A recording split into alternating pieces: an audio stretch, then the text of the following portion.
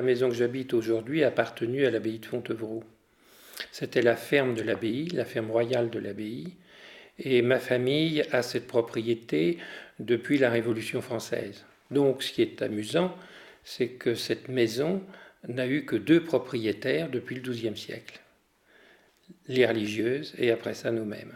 On vit tout à fait à côté d'une prison sans penser vraiment que c'est une prison. On s'y habitue tout à fait, on s'y habitue tellement que tout le personnel de l'administration pénitentiaire, qui était essentiellement composé de tous les gardiens, il y avait bien sûr un roulement de permanence à l'intérieur de l'abbaye, et tous ces gardiens travaillaient dans les fermes. Et la majeure partie de nos ouvriers, c'était des gardiens de l'abbaye, enfin de l'administration pénitentiaire. Ils avaient un double emploi, ils travaillaient dans les fermes, et puis beaucoup avaient des terres et étaient on peut dire, de petits agriculteurs ayant 3 ou 4 hectares de terre. Et c'était donc cette abbaye qui avait cette prison depuis Napoléon, faisait vivre largement le village, et c'était la grande ressource du village, c'était cette prison. Et à côté de Fontevraud, il y a une ferme importante qui s'appelle Saint-Hilaire, qui appartenait à l'administration pénitentiaire, et les gardiens emmenaient les détenus travailler dans cette exploitation agricole avec des chevaux, etc., labouraient, récoltaient du blé, etc. Vous voyez, il y avait toute une activité agricole également au sein même de la prison. Mon plus vieux souvenir de la prison, c'était la sortie des chevaux attelés sur les charrettes ou attelés sur des charrues, enfin, et qui sortaient par le grand porche de l'abbaye et qui partaient dans cette ferme dont je vous ai parlé pour la journée. Et il y avait là des chevaux magnifiques, magnifiques. Et les prisonniers qui menaient ces chevaux étaient très heureux. Il y a une histoire qu'on raconte, et cette histoire est vraie. Il y a eu plusieurs prisonniers qui avaient fini leur peine, mais pendant des années, ils ont mené ces chevaux pour aller travailler, et voyant leur peine se terminer, ils ne voulaient pas partir. Tellement ils étaient habitués à leurs chevaux et à ces gardiens qui les emmenaient travailler. C'était comme des ouvriers agricoles, comme tout le monde, qui faisaient leur journée, rentraient le soir. Et ils étaient nombreux, vous vous souvenez de... Ah, écoutez, ceux qui travaillaient comme ça, oh, certainement plusieurs dizaines, parce que la ferme était grande, et quand les chevaux sortaient, il n'y en avait pas qu'un. Il y avait une sirène quand il y avait une évasion, et ça faisait rire tout le monde, parce que les gens disaient, oh, bah, de toute façon, hein, s'il y a quelqu'un qui s'est évadé, ça ne risque rien pour nous, parce qu'il ne va pas rester sur place. Il va essayer d'aller d'un peu plus loin. Mais c'était tout. Vous voyez, on peut vraiment, c'est ça ce qui est très étonnant, vivre à la porte d'une prison sans y penser.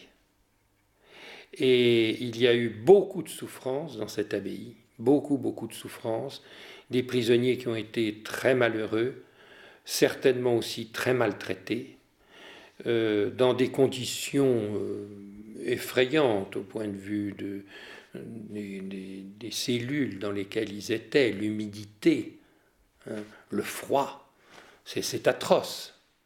Mais au fond, je vois, à moins que ma famille était une famille sans cœur, on ne parlait pas de cette prison. On savait les choses, on savait qu'il y avait des prisonniers malheureux, mais ce n'était pas une obsession.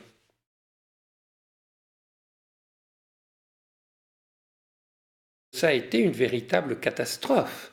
Ça a été la ruine du village, parce qu'il y avait plus de 100 familles qui travaillaient à l'intérieur de cette abbaye, et quand plus de 100 familles quittent un petit village de 800 ou 1000 habitants, vous devinez ce que c'est. C'est-à-dire qu'il y a plusieurs classes qui ont fermé, les classes des écoles, il y a un boulanger qui est parti, etc., un boucher qui est parti, un charcutier, ça a divisé le village en deux, donc ça a été ressenti comme une catastrophe. Et puis ces gardiens qui travaillaient dans la prison, ils travaillaient depuis des années, et ils ont très très mal supporté le changement. ça a été terrible pour eux, parce qu'ils étaient propriétaires de leur maison. Ceux dont je vous ai parlé, qui avaient un champ et 2 ou 3 hectares de terre, il a fallu quitter tout ça. Ça a été absolument un changement terrible. Alors le départ de cette abbaye s'est fait très rapidement, enfin de cette abbaye, de cette prison, s'est fait extrêmement rapidement parce que le général de Gaulle, et ça je le tiens du général de Boissieu que j'ai rencontré à plusieurs reprises, le général de Gaulle avait dit en Conseil des ministres à son premier ministre, qui était M. Debré, « Je veux qu'on rende cette abbaye à son histoire, à la France. » Alors, monsieur le ministre, veuillez en prendre note, et monsieur le garde des Sceaux, qui était monsieur Foyer et ministre dans notre département, je veux que les choses aillent vite. Et ça a demandé 3 mois. Et la prison a déménagé, il me semble, dans le Midi, c'était Muret, je crois, je ne sais plus très bien. Donc il n'y a même pas eu des rumeurs que ça allait fermer? Oh non, non, non, non, non, non, non, non. Enfin, il y a eu des rumeurs, elles ont duré quelques semaines. Non, non, ça a été une décision extrêmement rapide.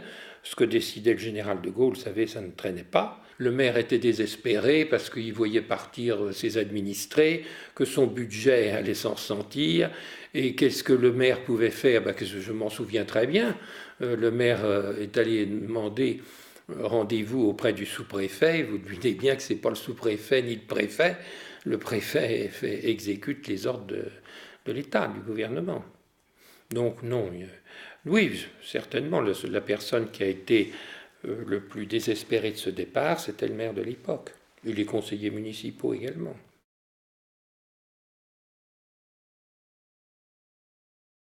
Les prisonniers qui avaient des peines importantes sont partis très rapidement, et puis nous avons gardé encore quelques années, une soixantaine, je crois, dans ma mémoire, de prisonniers qui étaient en fin de peine ou qui étaient des hommes pas dangereux, qui ont travaillé à démolir beaucoup de bâtiments qui étaient des bâtiments impropres et qui faisaient partie vraiment de la prison, des ateliers, enlever des barreaux à des fenêtres, etc., etc. Donc il y a eu toute une équipe de gardiens qui ont continué à travailler sous les ordres d'un directeur de l'administration pénitentiaire qui était à Fontevraud et qui ont beaucoup participé au nettoyage, si je puis dire, du lieu avant qu'il y ait des travaux importants commencés par l'État.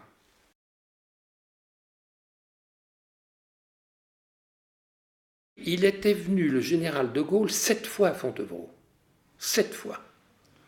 Alors quand on pense que cet homme était venu 7 fois à Fontevraud, à l'époque naturellement de la prison, il n'est jamais revenu après, au commencement du centre culturel. Et on 7 sait fois. Pourquoi il était venu? Vous savez, le général avait une culture étonnante. Il souhaitait... il avait un ministre également de la culture qui était Malraux. Ce sont des hommes qui restent dans l'histoire. Un homme comme Malraux.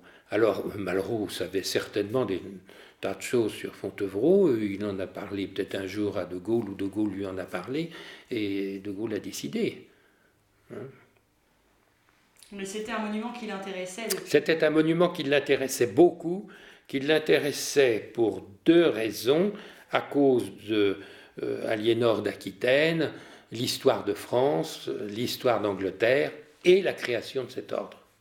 Les hommes qui ont suivi ce dossier au départ, c'était Bernard Tricot et Olivier Guichard. Bien sûr, le général. Enfin, alors, vous imaginez bien qu'à partir du moment où le secrétaire général de l'Élysée, M. Olivier Guichard, lance un projet comme celui-là, ça ne traîne pas. Parce que vous ne tergiversez pas entre Pierre-Paul Jacques. Oui, il y avait une vraie volonté politique. Une vraie volonté politique. Alors, je côtoyais souvent le préfet de Maine-et-Loire. Tous les préfets suivaient la chose attentivement parce qu'ils recevaient leurs ordres de Paris et regardaient bien si sur place tout était exécuté. L'importance des régions ont commencé à cette époque-là. Et les Pays de Loire ont eu comme président de région Olivier Guichard. Et ça a été la chance de Fontevraud. Olivier Guichard a été la chance de Fontevraud. D'abord parce qu'il s'est intéressé à Fontevraud en tant que président de région. Il a été passionné par l'histoire de Fontevraud, par la beauté de ce lieu. Et petit à petit, il a débloqué des crédits pour aménager ce qui pouvait être aménagé, parce qu'il y avait beaucoup de ruines, vous savez, à cette époque-là, pour créer ce centre culturel. Et il a nommé là un monsieur tout à fait extraordinaire, qui était le colonel Henri Bauger. Le colonel Henri Bauger était un de ses amis, compagnon de la Libération. Il avait été en Afrique du Nord et il avait eu des responsabilités importantes, même au Maroc. Il avait même été élu au Maroc à des postes importants. Et ce colonel Bauger, avec Madame Bauger, ont donc été le premier directeur de ce centre, et avec des moyens insignifiants, parce que c'était à l'époque des moyens insignifiants, ont commencé à ouvrir cette abbaye, à accueillir des hommes de lettres, à organiser des conférences, des colloques de haut niveau. Et la présence de ce monsieur Bauger, de son épouse, qui était extrêmement pétrie d'une culture anglaise également, bien sûr française, mais anglaise, ont immédiatement donné un rayonnement extraordinaire à ce monument. Je dois dire que l'époque de monsieur et madame Bauger reste dans la mémoire, la mienne, mais celle des gens de la région, une époque lumineuse. Je me souviens d'avoir accueilli le président Giscard d'Estaing. Nous l'attendions tous les deux avec Olivier Guichard. Et Olivier Guichard lui a dit quand il est arrivé, vous voyez, monsieur le président, je veux vous montrer ce qu'une région peut faire. Voilà ce que nous allons faire dans ce magnifique monument. Alors Giscard était très intéressé. Et nous avions déjeuné avec le président de la République sur une table bancale, et Madame Bauger avait préparé un délicieux déjeuner sur un réchaud de bois à côté de nous, parce que l'abbaye était, vous savez, inhabitable. Monsieur Bauger avait comme téléphone les premiers temps celui de mon bureau de mairie.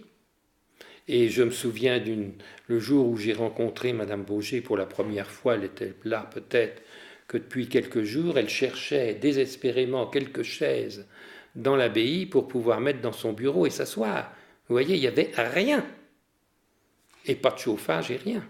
Mais avec Olivier Guichard et le conseil d'administration, pour donner du corps à ce qui naissait au départ dans cette abbaye, on a beaucoup orienté notre action vers des colloques. Et nous avons eu, à l'époque de M. Bauger, je parle, un très grand nombre de colloques, très importants, des colloques très importants, avec 400 ou 500 personnes. Et ces colloques, on leur offrait une vie culturelle pour occuper les gens le soir. Parce qu'à cette époque, les colloques duraient 4, 5, 6 jours, 8 jours, ce qui aujourd'hui n'existe plus. Il n'y a pas une entreprise qui peut faire des colloques pendant 8 jours, ça coûte trop cher. Donc on a eu une époque très florissante avec des colloques passionnants de médecins, de chercheurs, d'ingénieurs, de tout ce que vous voulez, qui le soir avaient une politique culturelle, concerts, conférences, etc. Et nous ouvrions nos portes de l'abbaye au public le soir pour profiter de cette présence culturelle qu'on offrait aux colloques. Donc c'était une très bonne rentabilité. Ça a très bien marché. On a eu des moments passionnants à cette époque-là. Et puis très vite, et Olivier Guichard avait eu raison, nous sommes au carrefour de 3 régions, on attirera des tas de colloques à cause de ces 3 régions, etc. Mais qu'est-ce qui s'est passé entre-temps? Eh bien, c'est que nos villes comme Tours, comme Angers, comme Poitiers ont construit des palais des congrès, ce qui n'existait pas à l'époque. Et en plus, l'évolution arrivant, les congrès étant de plus en plus courts, les congressistes veulent arriver en TGV, en avion, être sur place, passer une journée, repartir. Et ça a été un peu la fin de ces colloques très intéressants et la fin d'une vie culturelle qu'on offrait aux colloques et qui profitait à la région. Vous voyez, ça a été, pendant l'époque de M. Baugé, un des moments forts de notre politique. Alors donc, il y a eu toute cette époque de M. Olivier Guichard. M. Baugé n'est pas resté indéfiniment parce qu'il c'était un homme d'un certain âge. On a eu d'autres directeurs. Et le centre culturel n'a cessé de se développer. Et puis alors la restauration du monument a suivi. À partir du moment où la région mettait une enveloppe, l'État contribuait. Mais maintenant, si vous voulez, le centre culturel est totalement autonome, si je puis dire. Il ne dépend plus de tas de ministères, etc., et de tas de contraintes. Et ça, c'est une bonne chose, certainement. On avait pas mal de difficultés avec la Caisse des monuments historiques, avec beaucoup de choses, mais aujourd'hui, tous ces problèmes-là sont réglés. Jacques Lang était venu remettre d'ailleurs symboliquement les clés de ce monument au centre culturel il y a quelques années, lorsqu'il était ministre de la Culture.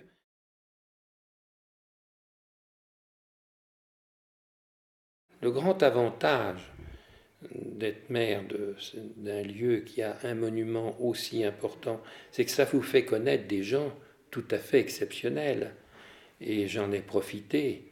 Ça a été pour moi une source d'enrichissement. Mais en même temps, c'est aussi un très grand poids, si vous voulez, sur le plan gestion ou administratif. Parce que l'État, qui investit autant dans un monument, qui a une responsabilité importante pour un monument aussi grandiose, peut avoir ou a tendance à oublier la collectivité locale. Et c'est pas toujours facile pour le maire, si vous voulez, de dire attention, attention, il y a quand même une commune. On doit travailler la main dans la main. Donc c'est ce qui a été très difficile les premières années, de travailler la main dans la main, parce que si moi j'étais tout à fait conquis par ce qu'allait devenir ce monument, je n'avais pas avec moi une population qui le partageait. Mais c'est vrai que les habitants ont souffert du départ, donc ils n'ont pas forcément bien vécu la transformation en centre culturel. Non, ils n'ont pas bien vécu la transformation en centre culturel. Je peux vous dire que même, j'ai failli être battu à une élection parce que je soutenais le centre culturel. Et que dans mon conseil municipal, il n'y avait pas une majorité pour le soutenir, et la population, non. Que voulait la population? La population voulait ce que voulait, si vous savez, faisons qu'on nous fasse venir une bonne usine et qu'on retrouve des emplois. Vous savez, quand un village se trouve amputé d'une très grande partie de sa population, boucher ce trou, si je puis dire, ça demande énormément de temps. Pour retrouver la population qui est partie au moment de 1962, pour la retrouver, il a fallu 25 ans. C'est énorme. Vous n'attirez pas une population dans un village à partir du moment où vous ne pouvez pas lui offrir un emploi. Dans notre région, nous ne sommes pas une région industrielle.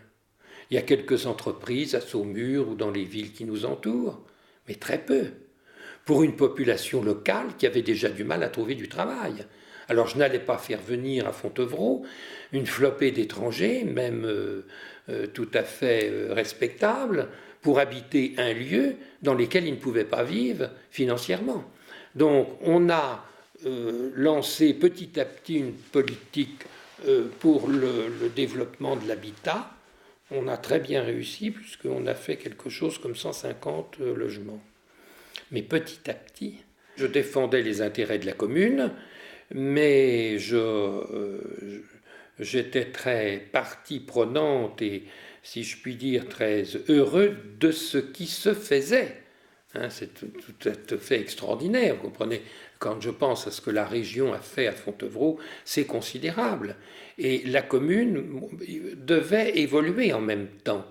Mais comme la commune n'avait pas de gros moyens financiers, il fallait faire par exemple une voie de contournement, il fallait faire des parkings, il fallait refaire une station d'épuration, refaire tout l'assainissement pour cette fuite. Donc vous voyez, il y avait tout un programme communal qui devait s'emboîter, si je puis dire, dans le programme de l'État. Donc pour cela, eh bien, la commune a obtenu des aides considérables qu'elle n'aurait jamais obtenues s'il n'y avait pas eu ce développement de cette abbaye. Alors des aides au niveau du département, de la région et de l'État.